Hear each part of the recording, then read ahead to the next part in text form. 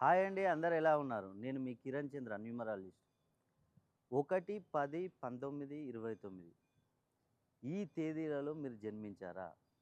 అలా జన్మించిన వారికి ఈ 2026 సంవత్సరంలో అద్భుతంగా ఉండబోతుంది. మీకున్న సమస్యలు మొత్తం ఎలాంటి సమస్యలైనా గానివ్వండి, మొత్తం తీరనున్నాయి. ఎందుకంటే ఈ 2026ని గనక మనం మొత్తం కూడినట్టయితే మనకు ఒకటో నంబర్ వస్తుంది. ఒకటో నంబర్ అంటే రవికి సంబంధించిన నంబరు. రవి అంటే సూర్యుడు. ఈ సూర్య భగవానుని యొక్క ఆశీస్సులు మీపై ఎల్లవేళలా ఉంటాయి. ఈ ఒకటో తేదీన పుట్టిన వారికి రాజకీయంగా ఎదుగుదల అనేది బాగా ఉంటుంది.